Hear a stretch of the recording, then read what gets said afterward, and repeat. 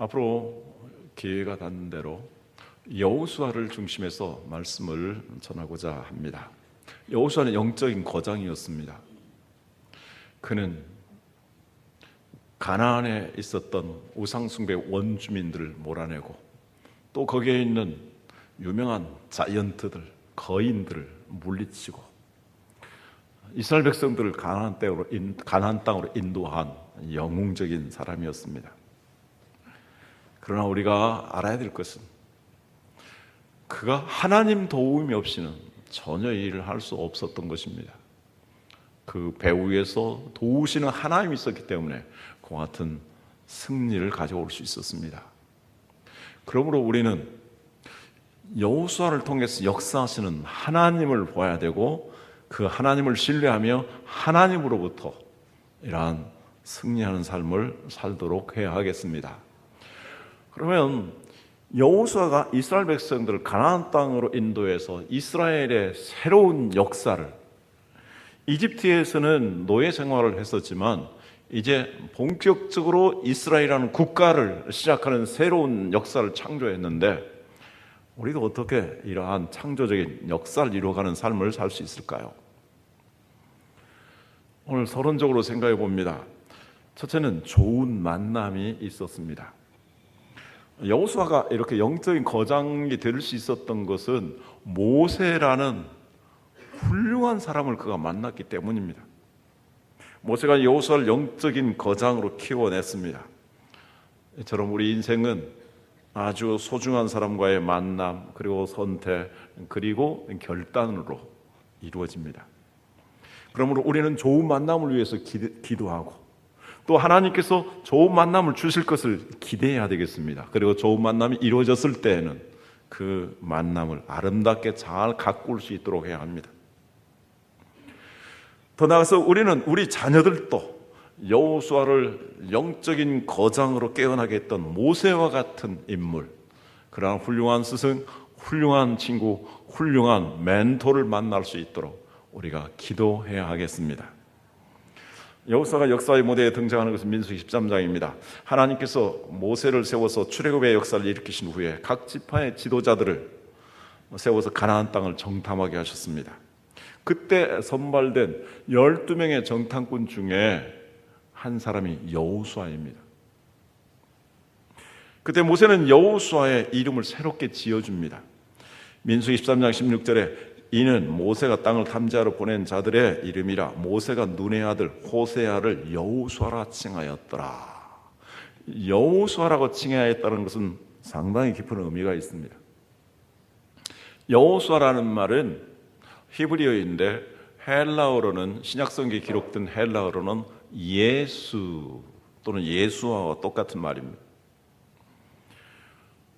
그것은 바로 여호수아가 예수 그리스도의 모형과 같은 역할을 한다는 것입니다. 여호수아는 이스라엘 백성들을 이 광야에서 가나안 땅, 천국을 상징하는 가나안 땅으로 인도하였다면 예수 그리스도는 우리 인류를 바로 죄악에서, 죽음에서 생명으로, 그리고 하늘나라로 인도하셨기 때문입니다.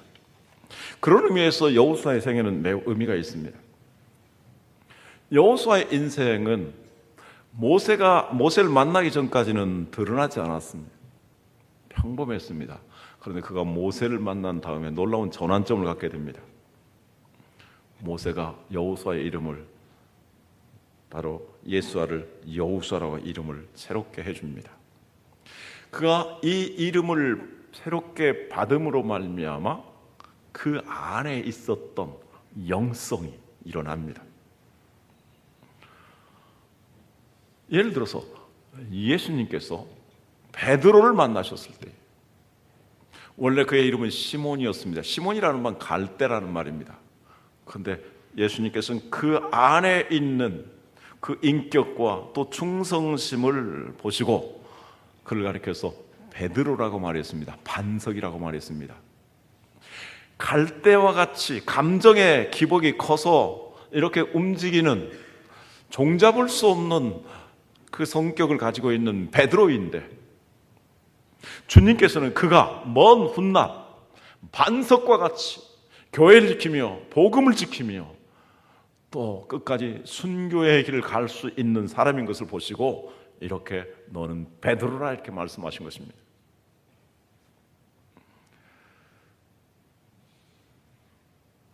우리가 좋은 만남을 가졌을 때에, 그리고 그 만남을 통해서 우리에게 놀라운 어떤 가능성들을 끄집어내 줬을 때에, 그리고 좋은 격려를 해줬을 때 우리 인생이 달라질 수가 있습니다. 여러 연예인들이나 운동선수라든지 또 과학자라든지 이러한 사람들 가운데 좀 모범생이 아니었었던 사람인데도 불구하고 좋은 선생님이나 또 좋은 어르신을 만나서 그에게 가능성을 이야기해주고 꿈을 심어주고 비전을 제시했을 때에 그 인생이 확 달라지는 것을 봅니다. 그래서 내 인생에 이와 같은 분을 만남으로 인해서 내 인생이 이렇게 달라지게 되었습니다. 그건 내 인생의 가장 큰 축복입니다 라고 말하는 경우를 우리는 종종 보지 않습니까? 근데 만약에 내 인생에 내가 당신을 만난 것이 악연입니다, 그건 참 불행한 일입니다.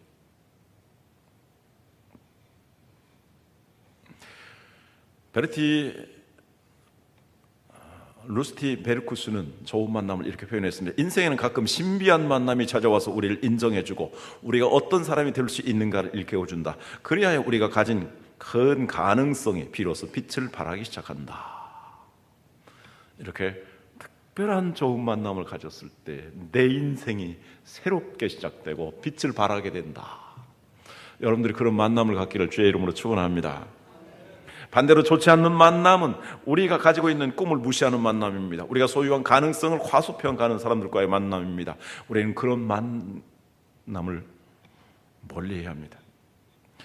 마크 트웨이는 이렇게 말했습니다. 당신의 꿈을 하찮은 것으로 만들려는 사람들을 가까이 하지 말라. 소인배들은 언제나 그렇게 한다. 그러나 진정으로 위대한 사람들은 당신 역시 위대해질 수 있음을 느끼게 한다. 네, 그렇습니다. 사람에 있는 가능성을 보고 그 가능성을 끄집어주며 격려해주는 그러한 사람들과의 만남이 내 인생에 힘과 열정을 갖게 만드는 것입니다. 여러분들의 가능성을 높여주는 사람을 만나시기 바랍니다. 그리고 여러분들을 우습게 여기는 사람이라면 멀리 하시기 바랍니다. 만남 가운데 최상의 만남은 하나님과의 만남입니다. 여호수아를 키운 모세는 하나님을 만났습니다. 하나님과의 만남을 통해서 자신 안에 영적인 거장이 있음을 발견했습니다. 예레미야라는 사람이 있습니다. 그는 자기 자신이 매우 연약한 자요 어린아이와처럼 생각했습니다. 그런데 하나님께서는 그 예레미야에게 이렇게 말씀하셨습니다. 예레미야 1장 4절에서 6절 같이 읽도록 하겠습니다. 여호와의 말씀이 내게 임하니라. 이르시되 내가 너를 복중에 지기 전에 너를 알았고 내가 태에서 나오기 전에 너를 구별하였고 너를 열방의 선자로 세우노라 하시기로 내가 가로되 슬프도소이다. 주 여호와여 보소서 나는 아이라 말할 줄을 알지 못하나이다. 나는 어린아이와 같은 자였고 나는 말할 줄도 모릅니다. 그러나 하나님께서는 계속 그를 격려하고 격려해서 내가 너를 알았고 복중에서부터 너를 구별하였고 너를 열방의 선지자로 세우노라. 이 계속된 하나님의 격려하심 속에 예레미야는 정말로 훌륭한 선지자가 됩니다. 어떠한 역경과 고난이 있어도 그 고난을 견디어내는 그런 훌륭한 선지자가 되고 이스라엘 백성들의 죄를 지적하지만 이스라엘 백성들에게 희망을 주는 그런 선교사가 되었습니다. 좋은 만남은 매우 다양하게 이루어집니다. 좋은 친구를 통해서, 좋은 책을 통해, 좋은 스승을 통해서, 좋은 성도를 통해서, 좋은 이웃들을 통해서 좋은 만남의 기회를 가질 수 있습니다. 척 콜슨이라는 사람이 있습니다. 그런 아주 유명한 미국의 변호사였습니다. 너무도 유명해서 닉슨 대통령이 그를 특별 보좌관으로 세웁니다. 그런데 닉슨 대통령이 워터게이트 사건으로 말미암아 대통령을 그만두게 되었을 때 그는 가장 큰 책임을 지고 교도소에 들어가게 됩니다. 그는 인생이 끝난 줄 알고 절망적이었습니다. 그런데 거기서 놀라운 만남을 갖습니다. 옥스퍼드 대학 교수였던 C.S. 루이스의 순전한 기독교라는 책을 접하게 됩니다. 그리고 거기에서 예수님을 만나게 됩니다. 예수님을 나의 구주로 믿었을 뿐만이 아니라 이제 새로운 사명을 발견했습니다. 내가 이 나이에 부끄러워서 무엇을 위해서 살까라고 생각했는데 그는 자유와 교도소에 들어가 있는 사람들에게 예수 그리스도의 복음을 전하여서 그들의 생명을 구원하고 그들에게 소망을 주는 일이 내가 해야 될 중요한 사명이라고 생각하고 그 일을 하게 되었습니다. 그래서 전국 방방곡곡의 교도소에 다니면서 복음을 전하고 그 졸업한 다음에 이 놀라운 선교사가 되었습니다. 할렐루야. 이 세상에 유명하고 훌륭한 사람들이 많이 있습니다. 그러나 그 사람들 만나기 쉽지 않습니다. 대통령 만나고자 해도 못 만납니다. 박근혜 대통령 별로 요즘 인기가 떨어졌지만 지난번 국가 조찬 기도했을 때 만나기도 어렵더라고요. 가서 얼굴만 봤지. 오랜 버핏 같은 사람하고 만나려면 수억 원을 주어야 점심 한 끼 같이 나눌 수 있습니다. 기독교 TV를 보면은 설교를 잘하는 큰 교회 몇십만 명, 몇만 명, 몇천 명 모이는 교회 목사님들이 있습니다. 그런데 그런 분들하고 만나기 어렵습니다. 여러분들과 가까이 할 수 있는 사람, 여러분들 정말 멘토해 줄 수 있는 사람, 여러분을 격려해 줄 수 있는 그런 분들을 소중히 여기시고 그분들과의 만남을 통해서 여러분들 인생에 날개를 달 수 있기를 주의 이름으로 축원합니다. 두 번째 사명을 자각하였습니다. 여호수아에게 맡긴 첫 번째 사명은 가나안 땅을 정탐하는 것이었습니다. 여호수아는 이 가나안 땅 정탐하는 그 일에 충실하였습니다. 가나안 땅에 정탐해 가는 것은 사실 위험한 것입니다. 스파이입니다. 간첩이죠. 그러나 그는 그 가나안 사람들 우상을 숭배하고 그러나 그 가나안 땅이 기름지고 아름다운 땅인 것을 바라보면서 자기 자신 정말 믿음으로써 이 땅을 하나님 주셨음을 알고 그 땅을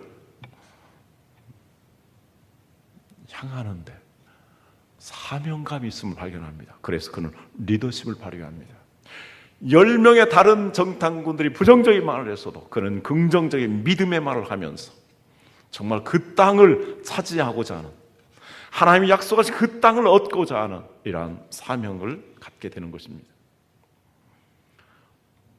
여호수아가 이렇게 사명을 감당하는데 어디에서부터 시작했을까요? 그는 모세를 수종드는 데서부터 시작했습니다. 모세가 산에 기도하러 올라갔을 때 그는 따라 올라가서 산 밑에서 기다리고 있었습니다. 40일 동안 기도할 때 40일 동안 그는 기도했습니다. 두 번째 40일 금식할 때 그도 거기 가서 이렇게 기도하고 있었습니다. 하나님의 역사는 항상 작은 일에서부터 시작됩니다. 작은 일이라고 절대 소홀히 해서는 안 됩니다. 하나님은 작은 일을 통해서 큰 일을 맡길 수 있는 가능성을 시험하시기 때문입니다. 그래서 작은 일에 충성된 것을 보시고 주님은 큰 일을 맡기십니다. 마태복음 25장 21절 같이 읽습니다.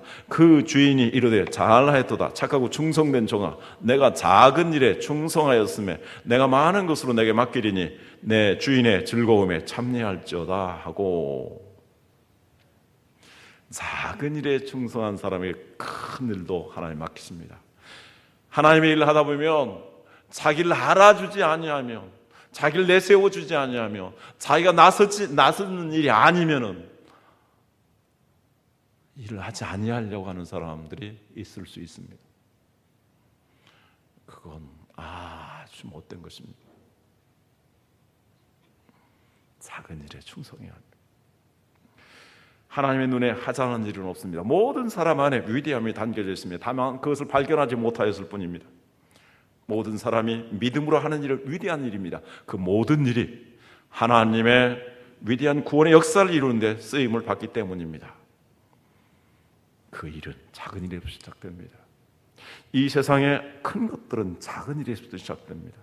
작은 씨앗이 큰 나무를 만듭니다. 높은 산은 작은 첫 발걸음에서부터 올라가게 됩니다. 큰 건물도 보이지 않는 기초에서부터 시작됩니다. 다윗이 있습니다.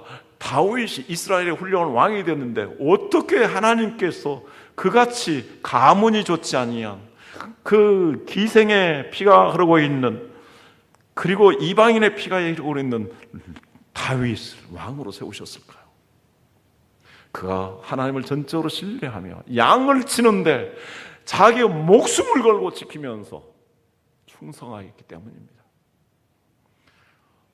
시편 78편 70절 이하에 이렇게 말씀합니다. 또 그의 종 다윗을 택하실 때 양의 우리에서 주하시며 전양을 지키는 중에서 그를 이끌어내사 그의 백성인 야곱 그의 소유인 이스라엘을 기르게 하셨더니 이에 그가 그들을 자기 마음의 완전함으로 기르고 그의 손에 능숙함으로 그들을 지도하였도다.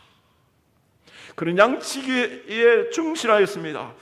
그 사자나 곰들이 왔을 때 그는 물맷돌을 던져서 물리쳤고, 물려갔을 때 찾아가서 쫓아가서 아가리를 벌리고 자기 새끼들을 데려왔습니다. 이렇게 목숨을 걸고 양을 위해서 충성하는 사람이라면 이스라엘의 목자로 세워도 신실할 것이라고 하나님 그 가능성을 보시고 그를 세우신 것입니다. 과연 그는 한두 가지의 결정적인 흠이 있었지만 이스라엘 역사에서 가장 존경받는 훌륭한 왕이 되었습니다. 인생에서 가장 중요한 발견은 나 자신의 사명을 발견하는 것입니다. 사명을 발견하는 순간 우리 인생은 새로워지고 의미가 있어집니다. 그러나 많은 사람들이 사명을 발견하지 못하고 무덤으로 그냥 달려갑니다. 그저 왔다가 그저 살다가 그저 즐기다가 그저 가는 것입니다. 유감스럽게도 극히 소수의 몇 퍼센트의 사람들만이 사명을 가지고 인생을 살아가는 것을 봅니다. 세 번째, 영적인 거장의 발자취를 따라갔습니다. 여호수아는 모세의 발자취를 따랐고 또 이스라엘의 지도자들은 여호수아의 발자취를 따르게 됩니다. 이들에게 있어서 중요한 몇 가지 특징이 있습니다. 여호수아에게 나타난 특징 몇 가지를 살펴보도록 하겠습니다. 첫째는 하나님의 말씀을 나침판으로 삼습니다. 나침판은 변하지 않습니다. 나침판은 영적으로 하나님의 말씀을 의미한다고 하겠습니다. 하나님의 말씀은 영원히 변하지 않느냐는 나침판과 같습니다. 나침판은 남북을 향해서 반듯하게 가르쳐주고 흔들려도 조정해서 제자리로 돌아오게 됩니다. 시편 119편 105절에 이렇게 말씀합니다. 같이 읽습니다. 주의 말씀은 내 발의 등이요 내 길의 빛이니이다. 항상 앞을 비춰주는 등이 되고 내 길을 바르게 가르쳐주는 빛이 되는 것이 하나님의 말씀입니다. 길을 잃었을 때 나침판이 있으며 길을 다시 찾아갈 수 있습니다. 항해하는 배에게 가장 중요한 것이 나침판입니다. 바다에는 길이 없습니다. 그러므로 바다에 가장 중요한 것은 나침판입니다. 예로부터 우리 인생을 가리켜서 바다에 고해라고 비유를 하고 있습니다. 고해와 같은 이 세상 살아가면서 나침판 없이 살아간다는 것은 방황할 수밖에 없습니다. 요즘에는 그 나침판의 기능이 내비게이션이 합니다. 그래서 그 내비게이션을 따라가게 되면 길을 잘 찾아갈 수 있습니다. 제가 호주에 갔을 때 호주에 이번에 갔을 때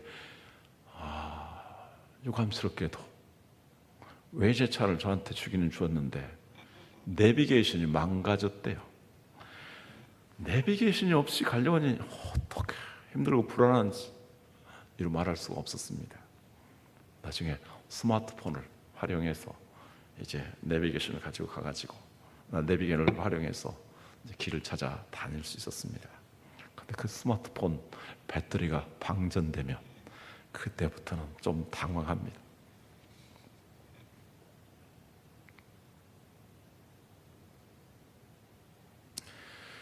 하나님께 귀에 쓰인 믿음의 사람들은 하나님의 말씀을 생명처럼 여겼습니다. 그리고 그 말씀에 순종하는 삶을 살았습니다. 하나님 모세에게 정탐꾼을 세워 가나안 땅을 정탐하라고 말씀하셨습니다. 모세는 하나님 말씀 그대로 순종했습니다. 그리고 하나님께서는 여호수아에게 가나안 정복의 사명을 맡기시면서 역시 하나님의 말씀을 따라서 행할 것을 명령하십니다. 말씀을 나침판같이 사용하라는 것입니다. 여호수아 1장 7절 같이 읽습니다.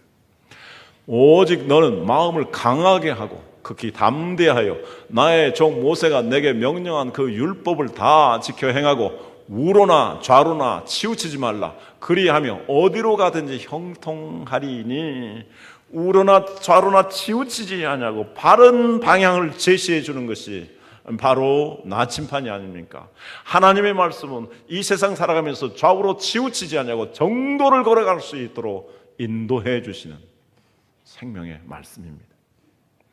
두 번째, 믿음의 사람들은 하나님의 비전을 바라보았습니다. 가나안 땅을 정탐하는 목적은 먼저 가나안 땅을 바라보고 그 가나안 땅을 기대하며 소망하도록 하기 위함이었습니다. 비전이란 남보다 먼저 바라보는 것이고 보다 더 깊게 그리고 보다 더 멀리 바라보는 것입니다. 모세는 보는 것이 얼마나 중요한가를 잘 알았던 사람입니다. 그래서 그가 가나안 땅을 점령하기 전에 정탐꾼들을 보내서 가나안 땅을 탐색하도록 했습니다. 그리고 자세히 보고하라고 명령합니다. 민수기 13장 17절에 20절 말씀을 제가 읽습니다. 모세가 가나안 땅을 정탐하러 그들을 보내며 이르되 너희는 네겝 길로 행하여 산지로 올라가서 그 땅이 어떠한지 정탐하라. 그 땅 거민이 강한지 약한지 많은지 적은지와 그들이 사는 땅이 좋은지 나쁜지와 사는 성읍이 진영인지 산성인지와 토지가 비옥한지 메마른지 나무가 있는지 없는지를 탐지하라. 담대하라. 또 그 땅에 실과를 가져오라 하니 그때는 포도가 처음 익을 즈음이었더라. 자, 그곳 여러 군데를 보게 만들었습니다. 여러 군데를 보았을 때 뭘 느꼈겠습니까? 물론 위협적인 요소도 있었지만 너무도 기름진 땅이었습니다. 때마침 그 기름진 땅에서 포도가 있게 되었는데 너무도 풍성하고 담스럽습니다. 이 젖과 꿀이 흐르는 땅, 하나님 우리에게 약속하신 땅이다. 이 아름다운 포도, 무화과, 석류 기념으로 가지고 가자. 그래서 사람들에게 그것을 보여주자. 얼마나 포도 열매가 크든지 장정들이 막대기에 꿰어서 그걸 내어 가지고 옵니다. 이렇게 비전을 바라보도록, 비전을 갖도록 하나님께서는 좋은 것을 주실 때 먼저 비전을 제시해 주십니다. 그리고 믿음으로 그 비전을 붙잡기를 원하십니다. 그래서 히브리서 11장 믿음장에서 믿음은 바라는 것들의 실상이요 보지 못하는 것의 증거라고 말씀합니다. 그래서 하나님께서는 좋은 것을 주실 때 아브라함에게 땅을 주시면서 동서남북을 바라보라, 내가 너에게 주겠다라고 말씀하셨습니다. 그에게 아들을 주실 때 하늘의 별들을 바라보라, 너의 자손을 그와 같이 많게 하여 주실 것이다 라고 약속합니다. 이것을 바라본 자는 그것을 바라보면서 기대하고 희망하게 됩니다. 그리고 믿음으로 반응하게 됩니다.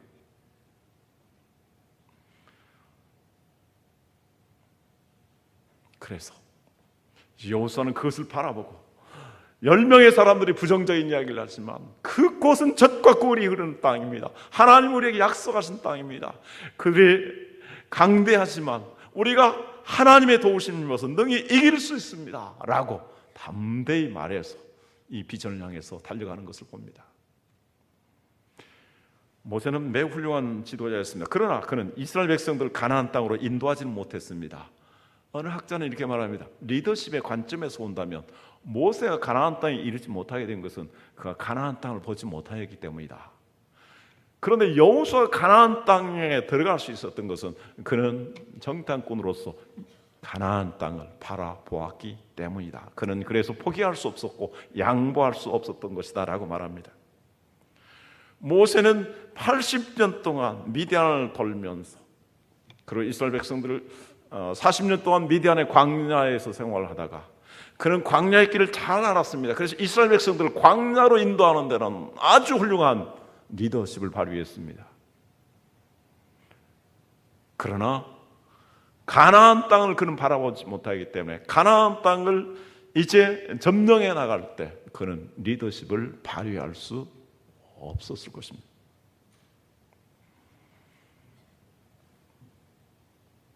바로 비전. 우리는 그 비전을 바라보아야 합니다. 주님 말씀하셨습니다. 눈을 들어 밭을 보라. 휘어져 추수할 때가 되었는데 추수할 곡식은 많은데 추수할 일꾼 힘이 적다라고 말합니다. 오늘 성가대 찬양 너무너무 감동적입니다. 뭐가 감동적이냐? 아골골짝이라도 복음 들고 나가리라. 아골골짝이 어딘 줄 압니까? 나쁜 짓 한 사람들 죽이는 골짝입니다. 순교 당하더라도 나는 복음 들고 나가리라.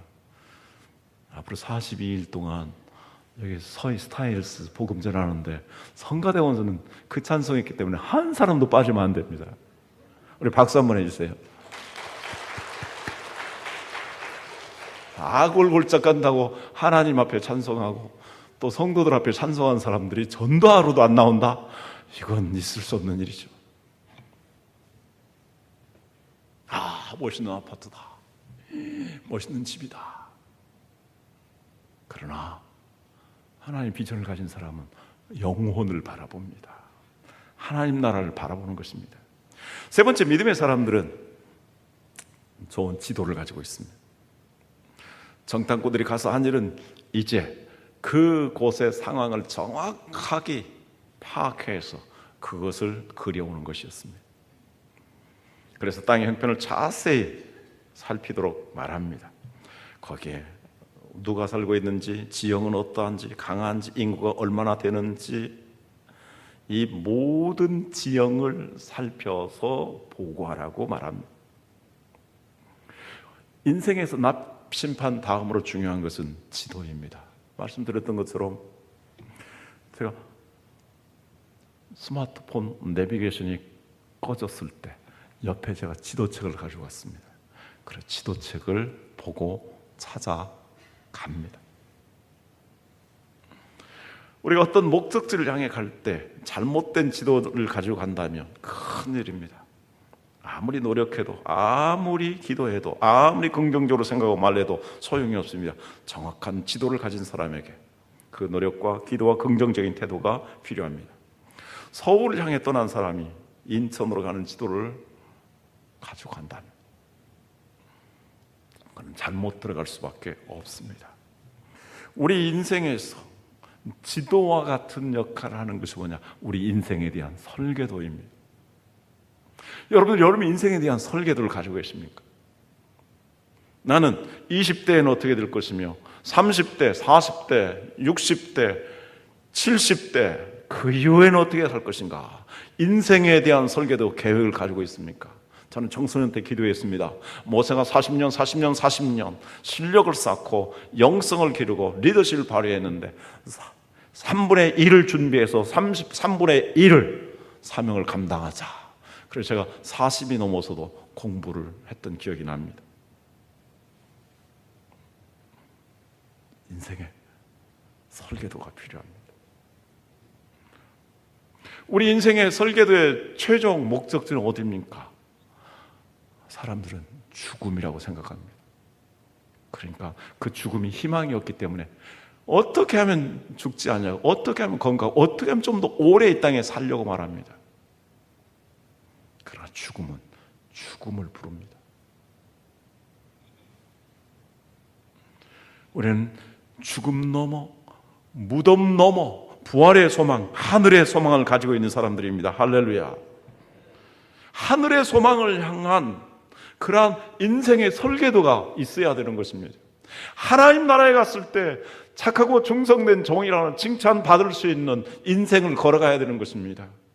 이러한 인생의 설계도가 잘못된 사람들은 과정에서도 잘못될 수 있습니다. 유병헌, 그 사람의 목적이 천국이 아니라고 생각합니다.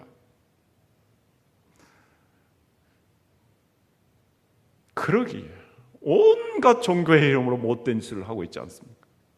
그러다가 야산에서 죽었습니다. 성완종, 그분 나라를 시끄럽게 하고 있습니다. 그분이 깨끗하게 살면서 그렇게 억울하게 죽였다면 할 말이 없을 것입니다. 2번이나 형을 받고 사면 받은 사람입니다. 인생의 설계가 최종 목적지가 바르게 되었다면 중간의 과정에서도 잘못될 수가 없습니다. 과정을 그렇게 살아서는 안 되는 것입니다. 물론 돈을 받았다면 받은 사람들도 다 똑같은 사람들이죠. 그래서 깊은 산 속에 그 소나무가 설계도의 마지막이 된다면 인생이 얼마나 비극적인 것이겠습니까? 그러게 정말로 인생의 설계도를 바르게 가지고 있는 사람은 이런 생각도 합니다. 유언장을 써보기도 합니다. 그리고 사람들이 내가 죽었을 때 어떤 조사를 할 것인가, 그것도 생각해 봅니다. 그리고 하나님 앞에서 내가 어떻게 평가를 받을 것인가, 우리는 거기까지 내다보면서 살아야 되는 것입니다. 네 번째 영적인 거장은 정보를 생명처럼 여깁니다. 하나님이 가나안 땅에 정탐꾼을 보내라고 명령하신 이유는 이제 가나안 땅을 정복하기 위한 정보를 얻도록 하기 위함이었습니다. 그래서 모세는 자세하게 거기에 상황들, 사람들 숫자까지, 그리고 군대 숫자들까지, 성은 어떻게 생겼는지 잘 조사해서 오라고 말합니다. 정보는 사람을 살리기도 하고 죽이기도 할 수 있습니다. 좋은 정보는 사람을 살립니다. 정보의 귀중함을 깨달았던 모세에 의해서 여호수아도 그것을 배웠습니다. 그가 이제 가나안 땅을 정탐을 한 후에 이제 가나안 땅을 정복하면서 그도 2명의 정탐꾼을 보냅니다. 그때 라합이라는 기생이 있었는데 그는 이스라엘에 대한 소문을 듣고 있었습니다.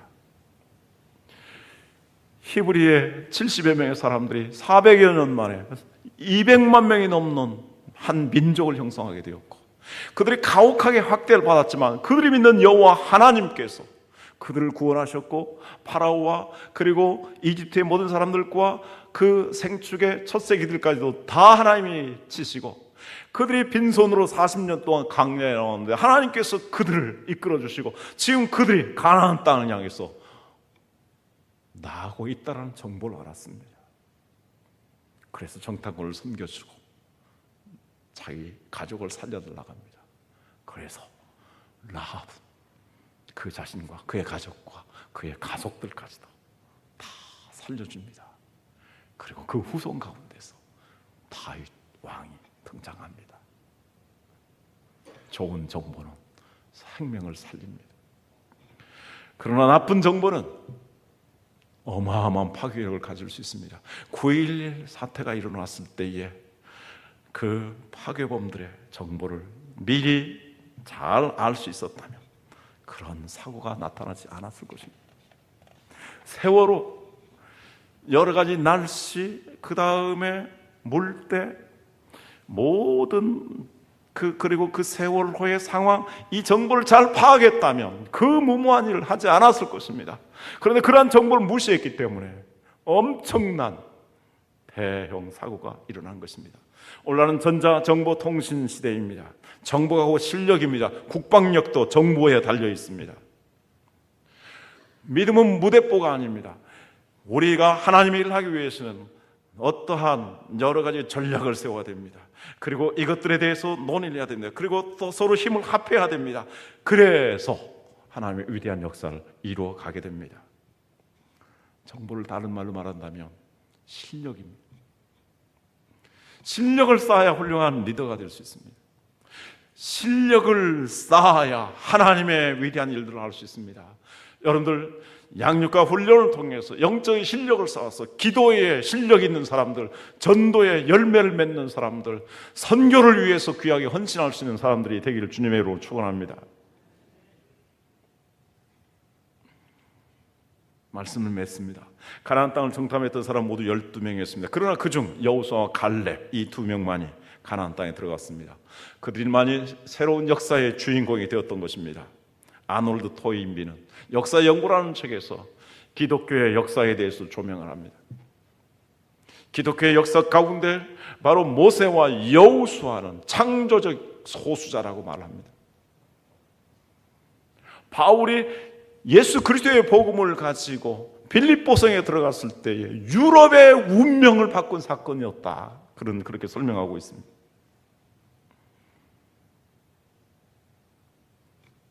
창조적인 놀라운 리더십 어디에서 왔습니까? 첫 번째는 교육을 중요하게 여겼던 것입니다. 그러나 하나님 말씀 모세를 통해서 철저히 배웠습니다. 그리고 그 말씀에 순종했습니다. 그러나 10명의 정탐꾼은 하나님 말씀에 관심이 없었습니다. 하나님 약속 그것을 신뢰하지 않았습니다. 그들은 불평하고 원망하는 데 탁월했습니다. 그들의 생각은 고정관념의 노예에 사로잡혀 있었습니다. 애굽에서 배운 것과 경험한 것을 따라 살았습니다. 하나님 말씀과 가나안 땅에 대한 관심과 희망이 없었습니다. 두 번째, 그들은 믿음으로 앞을 향해서 나갔습니다. 그들은 가나안 땅을 생각하면서 전진한 인생을 살았습니다. 그러나 10명의 정탐꾼들은 애굽으로 돌아가자고 말합니다. 가나안 땅에 들어가는 것을 두려워했습니다. 모험을 두려워하고 안전을 추구하며 이 세상에서의 안위를 추구했습니다.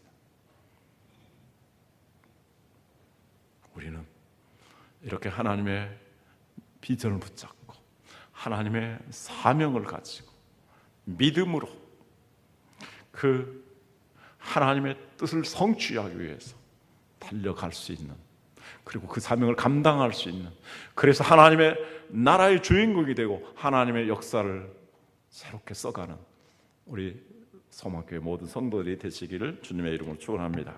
기도하겠습니다.